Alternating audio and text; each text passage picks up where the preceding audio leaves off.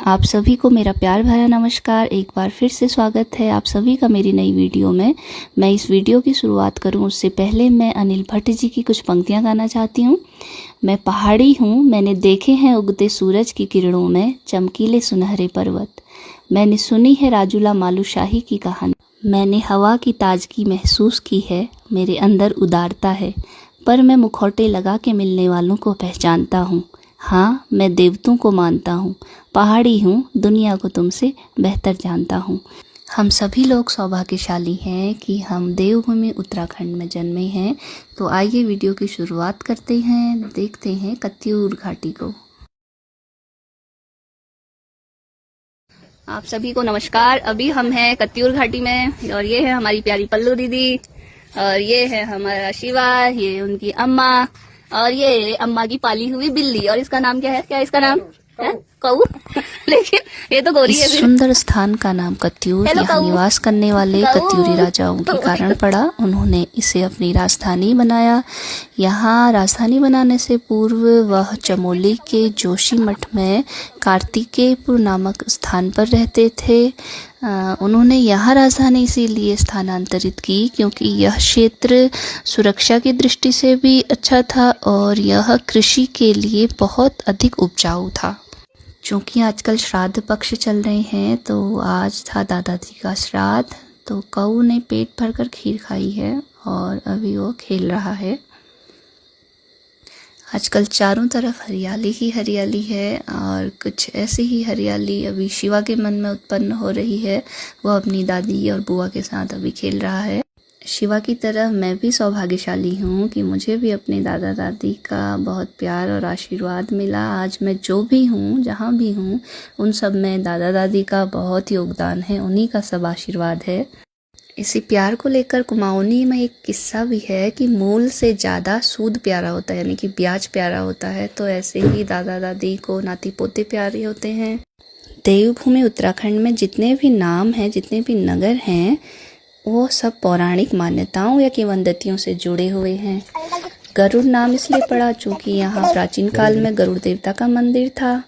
यहाँ बहने वाली गरुड़ गंगा के विषय में मान्यता है कि द्योनाई घाटी के ऊपर गोपालकोट की पहाड़ी में गरुड़ पक्षी के मुंह से एक जो जलधारा फूटी, उसका नाम गरुड़ नदी रखा गया। इसी बीच मुझे एक बात और पता चली कि नीरज बचपन में पीठ बाजार से लेके गरुड़ तक इसी अंदाज में चलते थे। गरुड़ क्षेत्र में अन्य स्थानों की अपेक्षा जल्दी रोड आ गई थी। 1928 में यहाँ सड़क आ गई थी, लेकिन तब अन्य स्थानों तक सड़क नहीं थी। तो यहाँ देवाल, थराली, कर्णप्रयाग या उच्च हिमालयी क्षेत्र, दानपुर पट्टी, कपकोट, पिथौरागढ़ के लोग आते थे व्यापार के लिए और यहीं पड़ाव डालते थे। तो इसलिए गरुड़ को पड़ाव भी कहा जाता है। यह भूमि कृषि की दृष्टि से अति महत्वपूर्ण है। एक प्रकार से बोलूं तो यहाँ की जो मिट्टी है वह सोना उगलती है और कुछ सोना इसी तरह से हमारे घर की छत में भी उग रहा है। सासू माँ ने अनेक प्रकार के यहाँ पर बेलें लगाई थी, पौधे लगाए हैं, फसल बो रखी है जो काफ़ी अच्छी हो रखी है। ये है तुरई का पौधा और हम पिछले 3 महीनों से हर दूसरे दिन, तीसरे दिन तुरई की सब्जी खाते हैं। और अब मैं जा रही हूँ खेतों की ओर।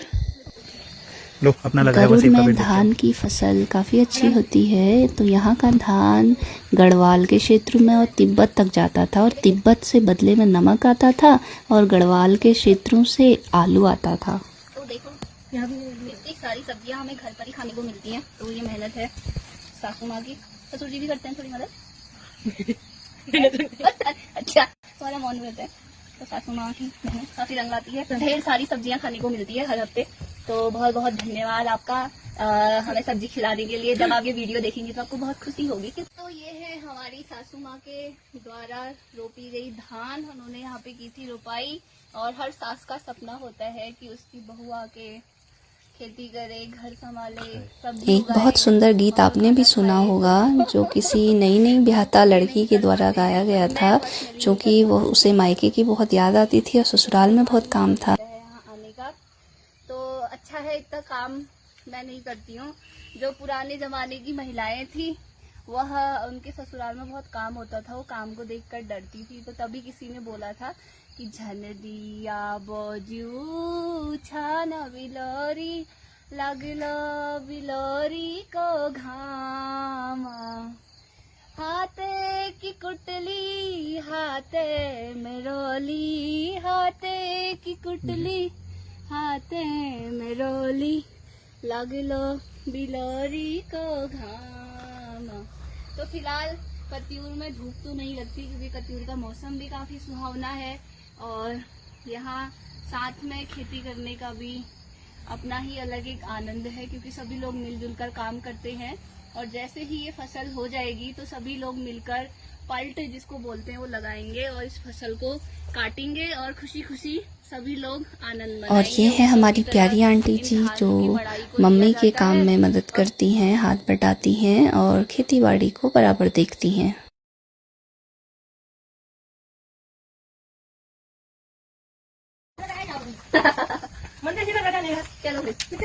और ये काम चोरो हर कोई काम करने वाला हो जाएगा तो क्या होगा, कुछ काम चोर तो नहीं हुआ। और ये है नौला, हमारी पहाड़ी संस्कृति को जो समृद्धि प्रदान करता है और साल भर जल से परिपूर्ण रहता है। ये हैं ससुर जी, मालिक साहब हवेली के, और ये है उनकी राजगद्दी। किसी भी परिवार के मुखिया उस परिवार की नींव होते हैं और अपने परिवार को समृद्ध बनाते हैं, हर तरीके से समृद्ध बनाते हैं और अपने जीवन भर की कमाई, अपनी पूरी ताकत, अपनी पूरी मेहनत उस परिवार को बनाने में, संवारने में लगा देते हैं।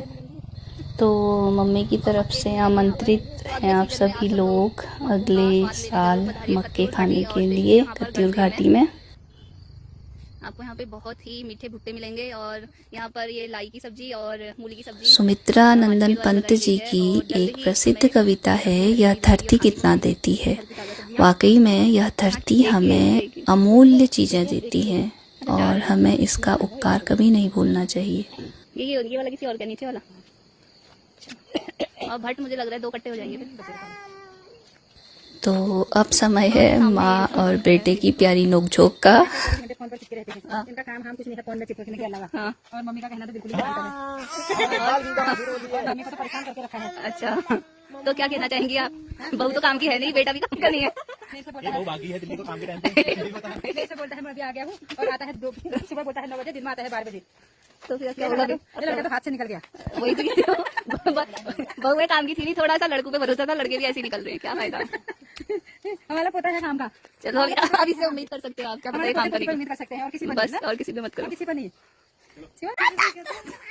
हमारे प्यारे शिवा को भी गरुड़ घाटी, कत्यूर घाटी अत्यधिक रास आ रही है। उसके हाव भाव से पता चल रहा है कि वह काफी प्रसन्न है। यहाँ तो पहाड़ क्या कहना छोड़कर चाहेंगी आप? जाने वाले सभी प्रियजनों के लिए एक संदेश। लाइन कर रहे हैं, वो खुद पहाड़ आओ, पहाड़ में देखो ठंडा हवा पानी, शुद्ध अनाज, सब कुछ ताजा सब्जियाँ, ताजी सब्जी सब कुछ मिलेगा और बीमारियां कम होंगी और शरीर स्वस्थ रहेगा। मस्त रहोगे, स्वस्थ रहोगे, खुश रहोगे।